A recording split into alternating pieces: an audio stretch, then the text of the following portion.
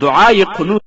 اللهم انا نستعینک ونستغفرك ونؤمن بك ونتوكل عليك ونثني عليك الخير ونشكرك ولا نكفرك ونخلع ونترك من يفجرك.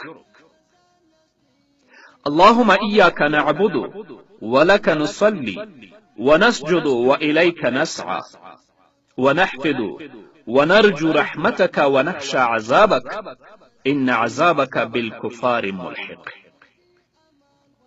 اے الله منږ ستانه مدد غواړو او له تانه مغفرت طلب کوو او په تا ایمان لرو او په تا باندې توکل کوو او په تا د خیر ثنا وایو او موږ ستا شکر ادا کوو او ستا ناشکري نه کوو او موږ جدا کیږو او پرېږدو هغه کس څوک چې ستا نافرماني کوي.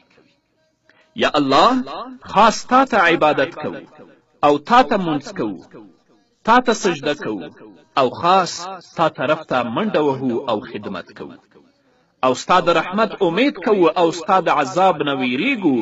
بېشکه ستا عذاب په کافرانو باندې ملحق او نازلېدونکی دی.